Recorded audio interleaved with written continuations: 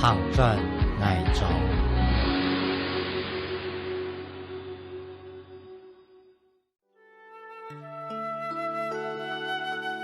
阿爸讲，屋卡路面厂爱管理，来嘅强度，你阿太全面技术呢做唔得团。露台全部嫩嫩粗粗、扭扭啊，素质面团皮肤长得极其唔低嘅湿度，团团面团滚太圆，骨动铁链呢扎出皮皮布皮，剪出弯条金丝线。阿姊抢救工缝来锤，抢来炉火慢慢烤，面神集针，救助唔惊好食贵嘅白兰度来等，出售唔低俩肉散档。落成台湾百年嘅面条。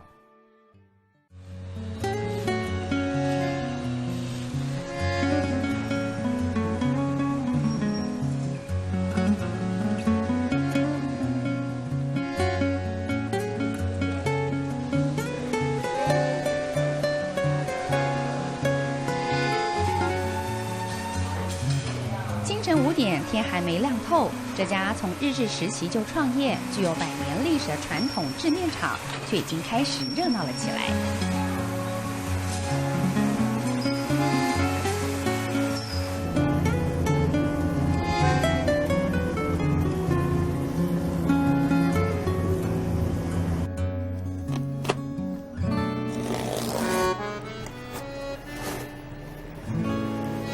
沉甸甸的面粉往机器里头倒，这是制面厂一天的开始。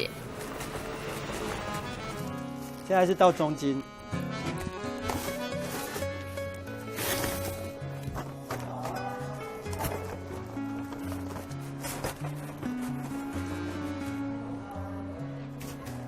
然后再倒一次高筋粉，让它堆叠。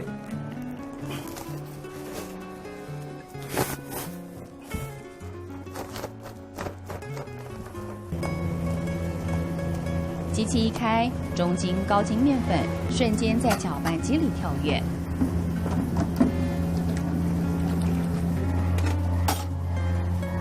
然后把盐水跟老面把它倒下去，做一个均匀的混合。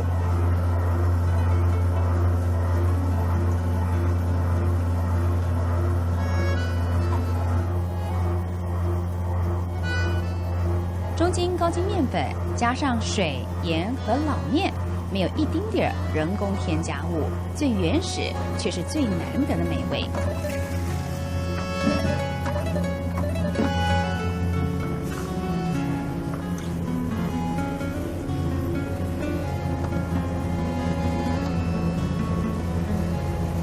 这是刚刚的面头，我们生产出来的，然后它没有成型，没有办法挂到面车上面去，所以我们把它回来做回收。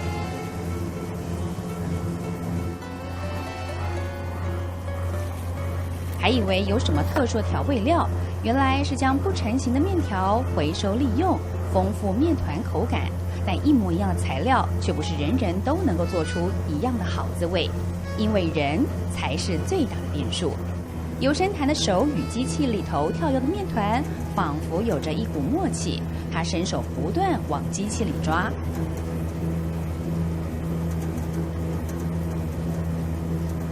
因为你手伸进去才知道我们现在搅拌的程度是怎么样，然后面粉、盐巴跟水分它的水合作用到底是不是完全？如果不完全，摸起来的话是糊糊的，就像面粉一样没办法成型。如果说水分太多的时候，它的面条到时去压盐的时候，因为太湿了，所以做出来面会很稠，而且也没办法成型。对对对，这是基本功啊，一道一道都要慢慢的看着来。就这样一边搅和一边测试手感，光是和面就得扎扎实实和上7到10分钟，机器帮忙省点力，却省不了工。这台机器的话，基本上已经60多年了。你看到这个马达，这个马达60多年，以前这一个马达拉了所有的机器，然后我们的机器已经换了大概第4代了。我们已经做4代，我们也是第4代嘛，机器也做了4代了。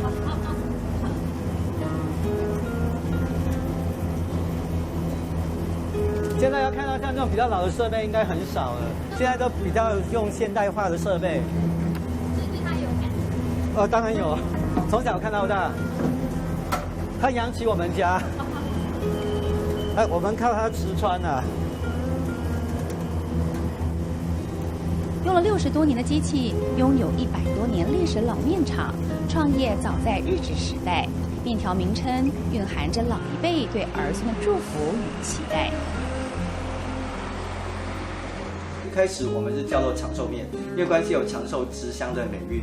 然后后来叫长寿面又觉得很通俗，然后我们就希望能够换一个名称，让大家换什么名称？然后关系正好有一个玉山，有一个玉山里嘛，然后玉山，然后老人家的意思就觉得说，玉山很像是全台湾的最高峰。那么希望我们后代人，然后在做面这一个行业里面，能够做得跟玉山一样，在台湾占有一席之地，所以才改名叫玉山面。所以说，实际上基本上我们叫客家大面啊。为什么我们叫客家大面？因为说它搞太面就客家话，客家话的大面的意思就是面条的意思。或许是客家人习物爱物的精神，不过对尤生坛来说，让他坚持传统古法制面，并使用古董机器的原因，实在是因为他亲身体验到了先人智慧。它会掉下去。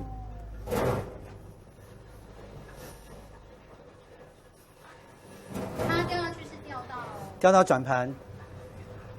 这个是谁想出来？那是我们的上一辈人啊，我老人家想到的啊。那我们早期的话，我们搅拌的时候也是在地下，就在跟那个我们的机器放在一起嘛。搅拌完的时候，然后我们才用我们所看到的锅铲，然后把那个面胚放在锅铲里面，然后再倒到那个复合机里面去做整形。所以就很累耶，如果这样。多了一道工，多了一道手续耶。对，可是像现在的话，直接放下去，然后轻松了不少。对。所以老人家很聪明。对啊，老人家有老人家智慧，真的是。面胚掉进了复合机，这是考验面胚干湿度是否恰到好处的第一个关卡。一团一团的面团，但是有时候就是看干湿度而已。有时候老板太湿，一下手太湿的话，就是一整坨。哎，可是如果还好的话，就像这样就很好成型。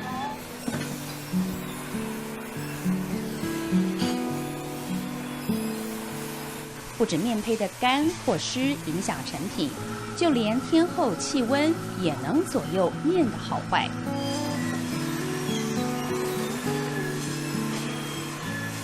对，因为有时候过热的话，它会断掉。像现在这种天气的话还好。对，因为有时候就要留意它到底形好不好看，因为有时候怕过热它会断掉。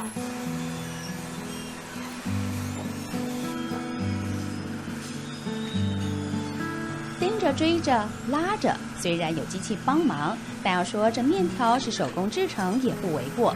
老板和员工彼此沉默，却默契十足，双眼紧盯着制成，手脚也没停过。复合机之后就是压眼，这一片片宛如丝带般的面带是面条的前身。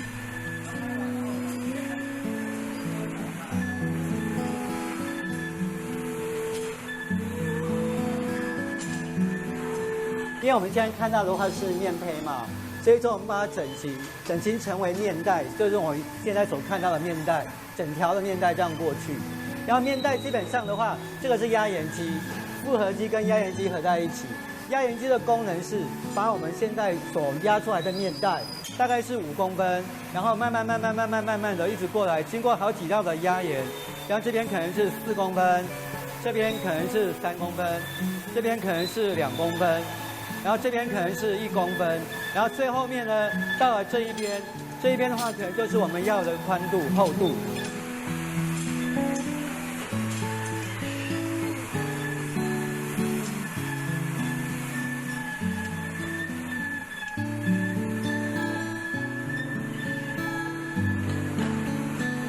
因为我们现在面它在裁切过程当中，左边跟右边的长短不一致，所以我们要让它的长短一致，所以我们要经过去转它，让它长短才会一致。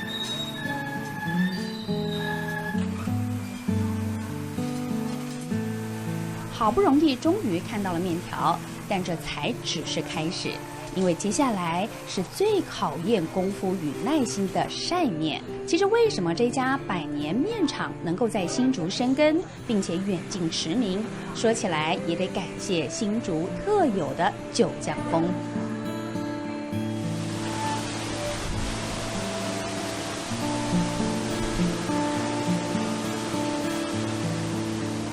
早制面厂是靠着九降风和阳光这得天独厚的天气形态，才能做出香 Q 弹牙的面条。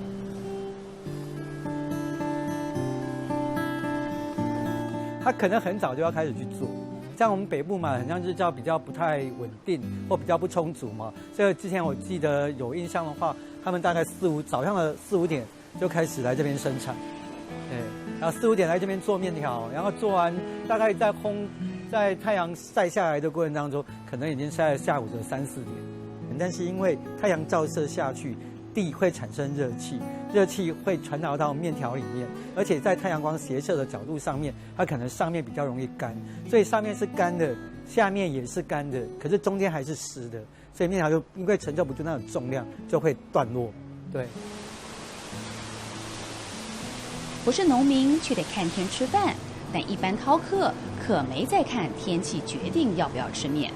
为了克服自然因素，面厂观察了九降风的形态，安装设备制造出室内的晒面场。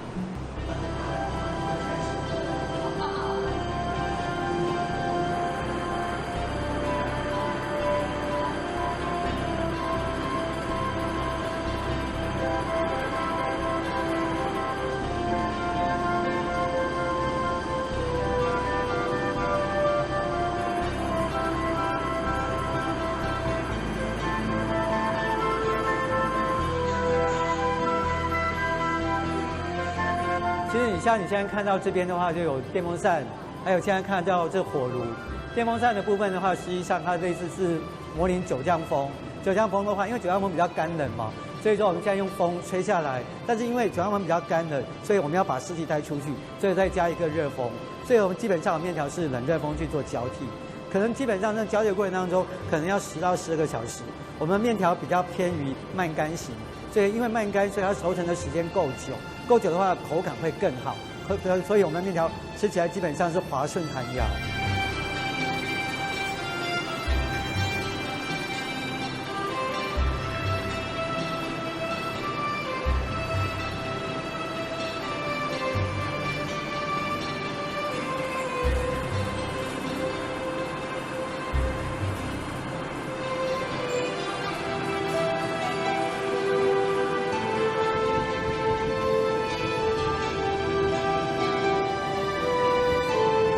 风干啊，才是师傅哦。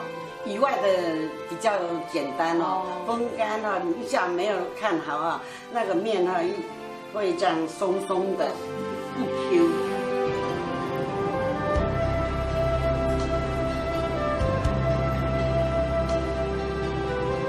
它有延伸下去，把面一段时间要把它吊头，因为风扇是固定的，瓦斯也固定的，在火炉旁的比较容易干，所以有一段时间就要把它吊头，换方向。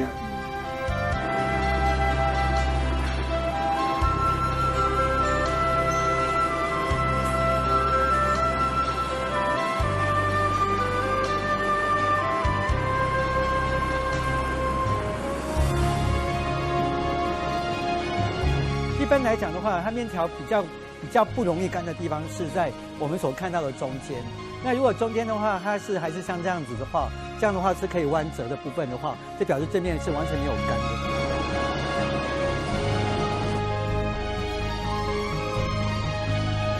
爸爸妈妈讲起儿子做的面，和踏实的态度满脸骄傲。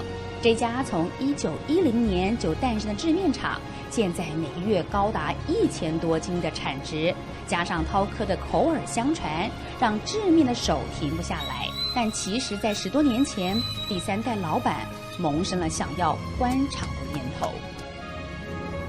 因为我爸他是有一点小小的岁数了，然后生产面条早期生产就是放在杂货店，然后我们也没有什么大通路，可是后来杂货店慢慢的式微，也慢慢没有杂货店了，所以说可能通路忽然间急剧的缩减嘛。那可能以前早期1个礼拜我爸爸妈妈可以做面，可能做1次，1个礼拜做1次或2次，到后来慢慢的1个礼拜做不到1次，有时可能半个月才做1次，所以他们曾经有想过，与其如此就把它放掉。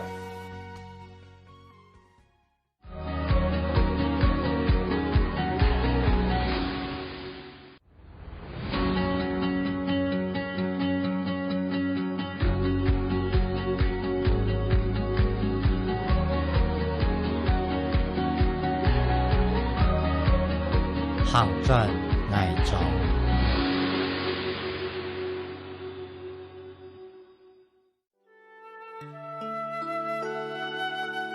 阿爸講，屋卡路面場愛管理，來嘅強度你阿太全面技術呢做唔得團，露台進屋嫩嫩粗粗扭扭啊，素質面團皮膚質地其實唔低嘅濕度，團團面團滾太圓，骨動鐵鏈呢扎出皮皮布皮，剪出彎條見實線，阿姊搶救工縫來除，搶來爐火慢慢烤，面神集真。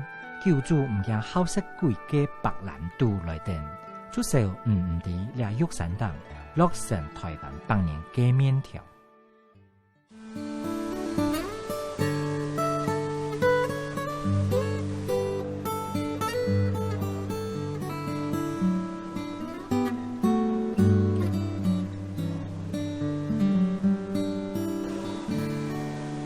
当时在竹科任职的尤生潭，原本只有假日才帮忙父母制面，但听到父亲想要把面厂关掉的当下，他突然发觉自己的生命早已与面厂紧紧相连。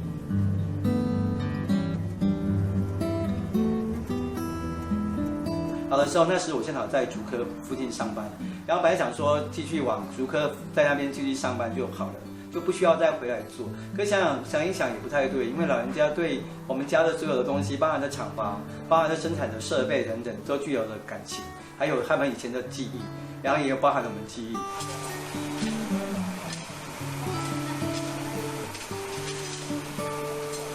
讲开心也有一点啦，讲不开心是因为他在那边做测试工程师啊，后来。他娶太太的时候就讲自己立业好了，就放掉了。不过他很孝顺了，就继承我们祖先的那个职业听到儿子愿意回家继承家业，得知从祖父那一代就留下的面厂后继有人，尤生潭的父母高兴自然不在话下。不过，习惯在科技业工作的尤生潭，一开始其实无法理解为什么父母那么坚持手工制成。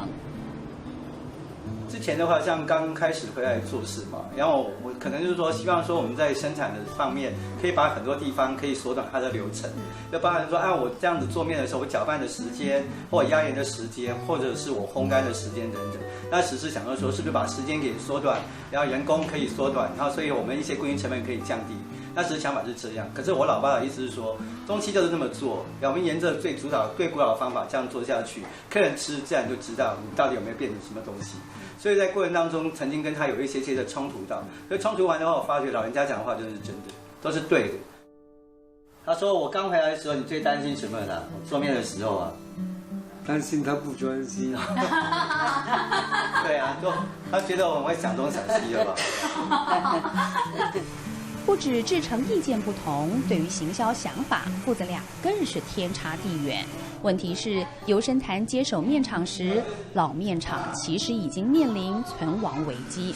眼看一箱箱即将到齐的面条，尤生潭决定放手一搏。像早期的话，我们那时去外面卖面嘛，然后我老人家的意思是说，在家里面卖面都应该卖不出去的，你去外面卖的话，怎么会有人要去买呢？可是那时后来呢，然后我妈妈的意思是说，没关系啊，年轻人想回来做，就给他时间去试试看。结果当时关西镇，就正常我们这边有两个活动，第一个活动叫做仙草节，然后在仙草节完的时候，那一天卖面卖一卖，然后感觉上还不错，虽然我们没有让人家试吃，但人家感觉上我们的品质还不错。然后可能隔了半个月以后，我们在参加客家前菜节，在客家前菜节的时候，我们遇到了客委会的长官，然后那个长官那时就非常好意，就推荐我们去参加客家的博览会，因为那时客家博览会大概是为期58天嘛。那时我们在新北市的三峡，然后在那一边的话，它让我们能见度有点大开，也让我们看了更多的事情，然后关注了我们更多新的知识，所以我们一直非常的谢谢他。因为参展让尤生潭惊觉，连名片、包装盒都没有的老面厂，让消费者辨识度太低。他发现不做品牌就走不出通路。幸好在参展过程中遇上了贵人，而二姐尤志穗也愿意一起帮忙弟弟复兴家业。其实因为这个是100年老店制面厂，从曾祖父开始，然后爷爷，然后爸爸妈妈，还有我们5个兄弟姐妹。因为我们那个工厂就是在关西现在的停车场，那因为被政府征收掉，所以这个部分就变成以前是我们的晒面场，是我们玩游戏的地方，然后也是妈妈在那边种菜，就是一个菜园。那个菜园里面其实就是有我们很多兄弟姐妹感情，然后一些回忆，然后其实也舍不得这个地方被征收掉之后，然后工厂。弟弟爸爸妈妈年纪也大了，然后要把工厂整个收掉，其实是蛮不忍心的。其实刚开始也完全不懂，因为我本身是从事护理工作，其实我对行销这个是完全没有概念的。对，所以我就是慢慢的参加第一场三峡客家博览会之后，然后厂商在找要到百货公司参展，那我觉得其实我就觉得，我们家的面的包装很难看啊。对啊，就是你要到百货公司参展，其实这个包装其实好像不太好看，所以我那时候就开始请就是学生工读生来帮我做一些包装。有了贵人的提点，有了二姐的创意，改包装、设专柜，老面厂开始有了转变。那这几种料子下去，那里面我们有加一点点玉米。这样拌下去，小孩子超爱吃的。它的是类似的东西，它的要两个面。出来外面参展，其实有时候可能你没有达到那个实质的效果，就是说你可能没有看到我就是我的进账，可是我觉得在这个无形当中，其实它的附加价值是很多的。所以我一直跟我爸爸妈妈说，就像我妈妈很好玩的一件事情是。那时候中小企业就是中卫，他们邀请我们去参加 OTOP 这个在101的那个展览。那时候我妈妈就她一直跟我讲说，你都不要去参展。然后每次参展的时候一定都会被骂的，因为都要他们写那个，就是早期是用我们家的报名，所以每次参展的时候，我爸妈一定会骂我。他说你这种赔钱生意为什么要去做？又这么辛苦又这么累。可是我就跟他说。你看到的是这个，可是我看到的不是这个。然后后来有人到我们关西去买面，然后我妈妈就会把那个101的那个，就是我们拍的相片啊，然后给客人看，我们家在101参展面，对，然后我们家又在哪里参展，我们家的面又卖得怎么样，对，所以我就跟我妈妈说，这个都是因为有行销，不是说因为会做，但是没有去行销是没有用的。光是面条品质好不够。两姐弟又想到了，是否可以跟当地其他特色酱料业者共同携手，面条搭配拌面酱，让消费者一次就能搜集关西地区的美食。那后来我就想说，我妈妈很会做油葱，我妈妈客家人，她非常的会做一些客家米食，然后也很会做油葱啊，客家的萝卜糕，还有草粿、艾草那些。所以我就跟他讲说，那你把你的油葱拿来给我。然后从那一次，我弟弟那时候他也觉得说，哎呀，你不要煮面啊，你就放着就好了。我跟他说不行吧，我说这样子，我在那边我看别人生意这么好，我坐在那边很无聊，然后也没对，那我就想说，那你就把妈妈的那个油葱拿来。后来我就把妈妈的油葱带过来拌面。从那一次开始，我觉得那样子油葱拌面其实是有它的效果。然后因为大家闻到香味会靠过来。所以从那一次开始，就从油葱开始，然后再结合后来的酱油，然后再加上澎湖的一些酱料，然后一些客家的，像豆腐乳啊，豆腐乳可以拌面线啊，苦茶油也可以拌面线啊，还有酱油都可以拌面线。如果一个面其实去做的时候呢，那可能在特色方面没有这么多，那加上我们的酱油下去以后。然后拌面，然后给人家试吃的时候，这个就大大提升它的购买力然后那大家就彼此相互成长。其实对我们的状况，其实我们也觉得蛮不错，总是有帮我们去推广我们关西在地的产业其实而且大家互相提升。产品如何赋予生命力？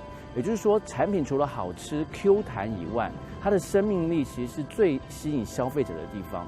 生命力就是我刚才说的，关西的好山好水，曾祖父这个留下来这个手艺啊，或是曾祖父留下来手做的这个精神，怎么样去跟这个产品的特色 Q 弹去做结合，然后用说故事的方式跟 FB 在官网上面去做行销，跟消费者沟通，让消费者认同这个品牌之后呢，会更亲近这个品牌，然后这个消费起来呢也会有更大的动力，然后自然而然就会吸引消费者来去跟他们做一个更好的一个销售。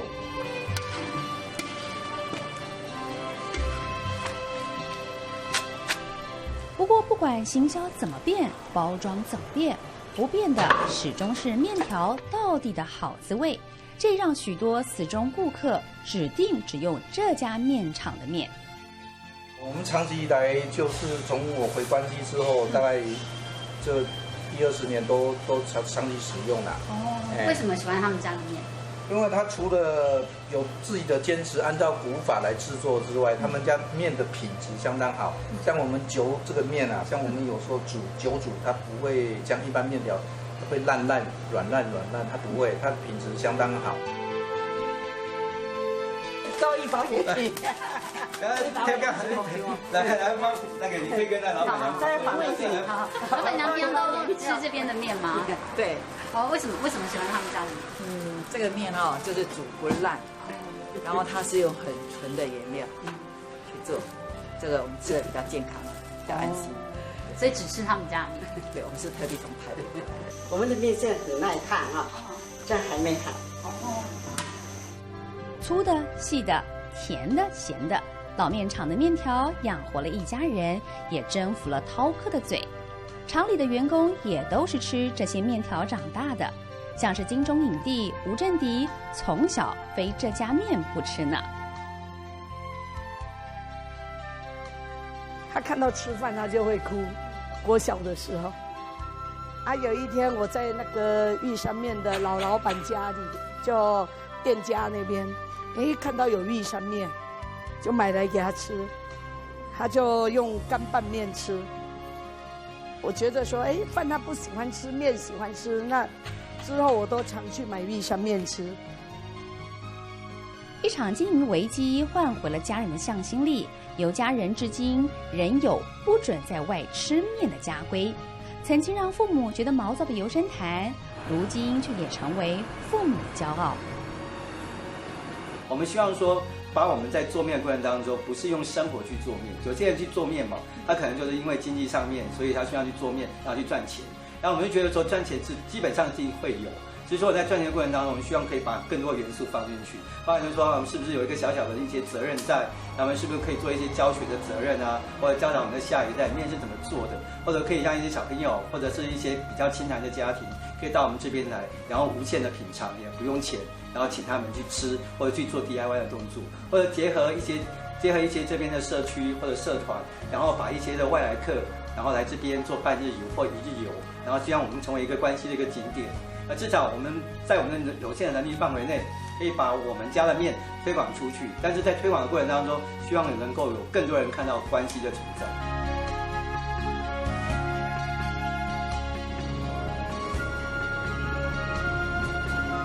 现在有进步。听到爸爸说有进步。对啊，有点进步了，还需要在努力当中。对。那觉得儿子的表现你满意吗？满意。什么地方最满意？他自己有他自己的情况。创新与守旧之间的拔河，原则与亲情间的拉扯，造就出百年不变的美好客家味觉。每一口面都蕴含浓浓的人情味和职人精神。